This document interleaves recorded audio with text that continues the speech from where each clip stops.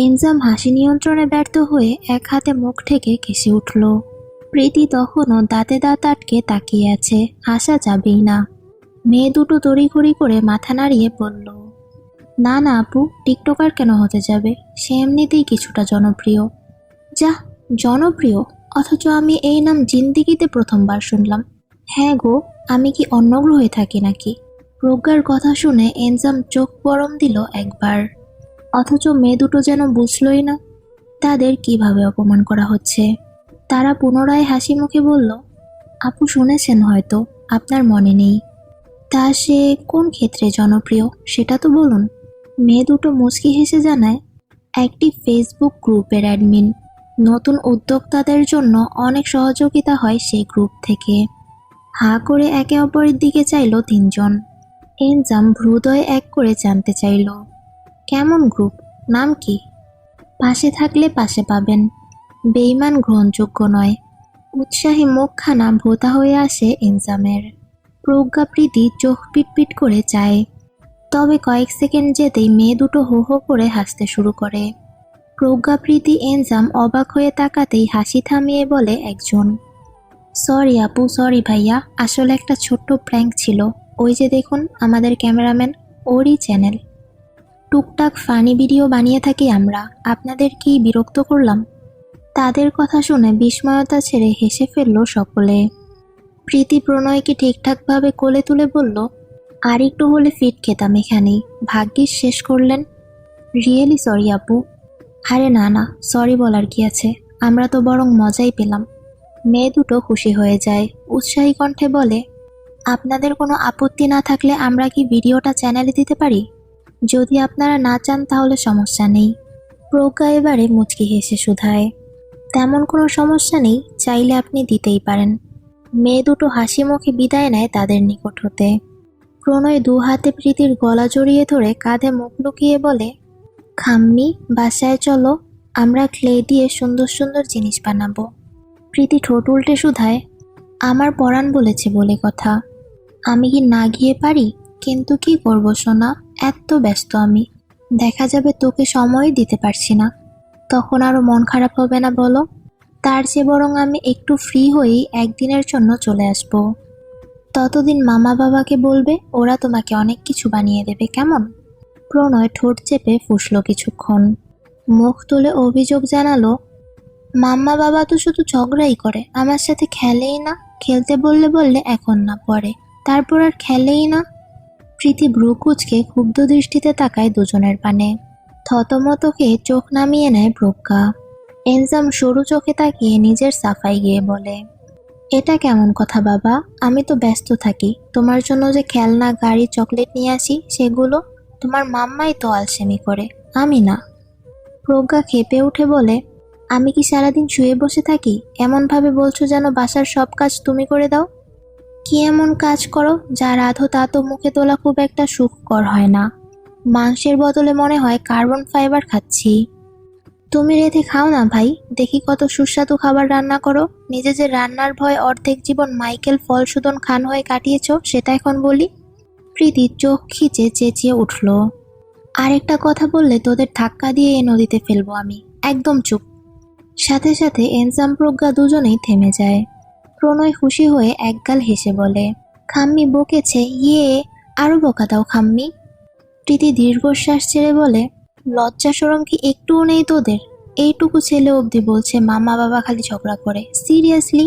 তারপরও তর্ক করিস কোন মুখে? প্রজ্ঞা, ফার্দার বাচ্চার মুখে এমন অভিযোগ শুনলে কানের নিচে একটা দিব তোর। এমন ভাবে বলছিস যেন সব দোষী আমার। আবার কথা? পুনরায় চোখ নামিয়ে নেয় প্রজ্ঞা। প্রীতি প্রসঙ্গ পাল্টে প্রণয়কে আদর করে বলে, জানিস খাম্মি আজ হেব্বি খুশি, আইসক্রিম খাবি? না না, ঠান্ডা লেগে যাবে, তার চেয়ে বরং ফুচকা খাই, চলবে? খাবো। ওকে। এই যে টম এন্ড জেরি, সত্যি সত্যি আরেকবার আমার সামনে চুল টানাটানি করলে দিব এক ধাক্কা। এখনো চিনো নাই আমারে। আছি আশেপাশেই। এইসব পাগল ফুচকা ট্রিটে নট অ্যালাউড। ঠিক না পরাণ? শুধু আমরা মজা করব। প্রণয় খুশি হয়ে দুটো হাম্মি দিল তার গালে। প্রীতি মুখ ভেঙচিয়ে চলে যায় ফুচকার ভ্যানের দিকে। অমনি প্রজ্ঞা কটমট চোখে পাশে তাকিয়ে বলে, তোমার জন্য সব সময় আমার কথা শুনতে হয়, তোমার বোনও কথা শোনাবে, নিজের বোনও। এখন ছেলেও। তবুও ভাববে না, থাক ছেড়ে দেই। সব কিছুতে তর্ক করতেই হবে। এই এই কার কথা কাকে বলছো? শুরুটা করে কে? মানে তুমি কি চাইছো ভেজা বেড়াল হয়ে তোমার আঁচল ধরে ঘুরে বেড়াবো? পারবই না। প্রজ্ঞা নিচু সুরে শোধায়, এই আঁচলই প্রিয় ছিল এক সময়। সব ভুলে গিয়ে আবার বড় বড় কথা। মানুষের কথা দিয়ে এভাবে পোল্টি খায় তা জানলে অ্যাটলিস্ট ছেলেটাকে। যদিও এখানে পুরো দোষটা তোমার। এনজাম ভ্রু কুঁচকে বলে, আমার? রাত 11টার সময় কে যেন কেটে কেটে বলেছিল, ওহে প্রিয় তোমাকে না দেখে পেটের ভাত হজম হচ্ছে না। প্রজ্ঞা বিস্মিত নজরে চেয়ে শুধায়, শুধু বলেছিলাম, দেখতে ইচ্ছে করছে। তো শুধু দেখা দিয়ে তো চলেই যাচ্ছিলাম, তখন কে মন খারাপ করে হাত ধরে বলেছিল আর একটু থেকে যাও? তখন আমার বিবেক কাজ করলে নিশ্চয়ই থাকতে বলতাম না। এনজাম বুকে হাত গুজে বলে, আলটিমেটলি থাকতে বলে ইয়েলো সিগন্যাল আপনিই দিয়েছিলেন ম্যাডাম, সত্য স্বীকার করতে শিখেন। প্রজ্ঞাও একই সুরে বলে, যদি দিয়েও থাকি সেটাকে গ্রিন সিগন্যাল ভেবে ভুলটা আপনি করেছেন। জাস্ট আপনার এই বানরের মতো ক্ষমা দর্শন দিতে বলেছিলাম, সঙ্গে উপহার স্বরূপ একটা বাচ্চা তো আর দিতে বলিনি। এনজাম হাই টেনে মুখের সামনে তুড়ি বাজিয়ে বলে, এগুলো উদারতা, buy one get one free. Free? ওহো, এই জন্যই বলি ছেলের দাঁতে চোখে এত সমস্যা কেন। মুখ ফিরিয়ে অন্যদিকে ঘুরে দাঁড়ায় প্রজ্ঞা। এনজাম তৎক্ষণাৎ তার সামনে এসে জোর গলায় বলে, এই শোনো, আমার পরিবারের কারো চোখের সমস্যা নেই, আছে তোমার বাপ মায়ের। জেনেটিক্যালি এই সমস্যার দায় কারো হলে সেটা অবশ্যই তোমার। নিজের কয়টা দাঁত পুরোপুরি ঠিক আছে, আগে গুনে দেখো, তারপর আমাকে বলতে এসো। প্রজ্ঞা আর চোখে একবার ফুচকার ভ্যানের দিকে তাকিয়ে দেখে প্রীতি তাদের দিকে নজর রাখছে। তাই এই মুহূর্তে সে দমিয়ে নিল নিজেকে। কেবল গম্ভীর গলায় বলল, আর যদি তোমার সাথে এসেছি ঘুরতে, তাহলে নাম বদলে ফেলবো আমার। পাশ থেকে একজন লোক হাওয়াই মিঠাই নিয়ে যাচ্ছিল, গোলাপি, নীল, সাদা আরো 2-1 রঙের। প্রজ্ঞা সেদিকে একবার তাকিয়ে আবারও চোখ সরিয়ে এনজামের দিকে তাকায়, তবে আর আবদার করলো না।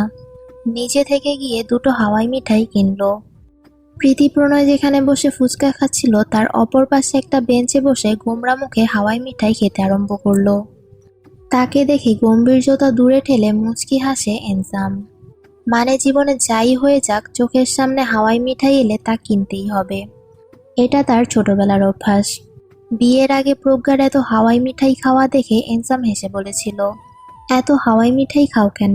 এটার প্রভাবেই বোধহয় দিন দিন আরো মিষ্টি লাগছে তোমাকে। প্রজ্ঞা তাকে সতর্কমূলক বাণী হিসেবে বলেছিল, ফ্লার্ট করে লাভ নেই, অধিক মিষ্টি খেলেও আমার মুখ থেকে অত বেশি মিষ্টি কথা ঝরে না। তাহলে তো কানের মধ্যে হাওয়াই মিঠাই ঢুকিয়ে রাখা উচিত আমার, তিতা মিঠা সব কথাই মিষ্টি শোনাবে। প্রেম করার সময় মানুষ কত প্রকৃতির কথা বানিয়ে যে নেয় তা বোধহয় তারা নিজেও জানে না। এই যেমন এনজামের মনে হয়, কি ভেবে এত তেল দিতাম, দেশে কি তেলের মূল্য কমে গিয়েছিল? ভাবনা ছেড়ে প্রজ্ঞার পাশে খালি জায়গায় এসে বসলো এনজাম, এক পায়ের উপর অন্য পা তুলে। হাতে থাকা গোলাপি রঙের হাওয়াই মিঠাই অর্ধেকটা শেষ করেছে সে, আর সাদাটা এখনো খোলা হয়নি। আচমকা সেই সাদা রঙের হাওয়াই মিঠাইটা তার হাত থেকে কেড়ে নিল এনজাম। প্রজ্ঞা ভ্রু কুঁচকে তাকায়, সেদিকে পাত্তা না দিয়ে উপরের প্যাকেট খুলে তা খাওয়া শুরু করে এনজাম। প্রজ্ঞা তেজ দেখিয়ে মুখ ফিরিয়ে নিল। প্রায় 2 মিনিট পর আবারও আচমকা তার হাত থেকে গোলাপি রঙের হাওয়াই মিঠাইটা নিয়ে সে সাদা রঙেরটা ফিরিয়ে দিল এনজাম, সেটাও অর্ধেকটা খাওয়া। প্রজ্ঞা তাকিয়ে থাকার মাঝেই এনজাম একটু কাছে এসে ক্ষীণ সুরে বলে, ফিলস লাইক প্রেমিক প্রেমিকা। প্রজ্ঞা পাশে ফিরে ঠোঁট কামড়ে হেসে বলে, ফিলস লাইক খাঁচায় জোর করে আটকে রাখা 2 পাখি। চোখে চোখ আটকালো দুজনের। হয়তো ভাবলো আসলেই তারা আটকে রাখা পাখি কিনা, নাকি স্বামী স্ত্রী, নাকি প্রেমিক প্রেমিকা। যাকে দেখে প্রেম অনুভব হয় সেই তো প্রেমিকা। 2-3 জন ছেলে পাশে গিটার নিয়ে বসেছিল। অপরিকল্পিতভাবে বোধহয় এ দুজনকে উদ্দেশ্য করেই একটা গান ধরলো তারা। যদি ভালোবাসা সরে গেলে মরে যেতে হয়, কেন সেই প্রেম ফিরে এলে হেরে যেতে ভয়। যদি ভালোবাসা সরে গেলে মরে যেতে হয়, কেন সেই প্রেম ফিরে এলে হেরে যেতে ভয়। শেষে কবিতারা তাই সারা গান হয়ে যায়।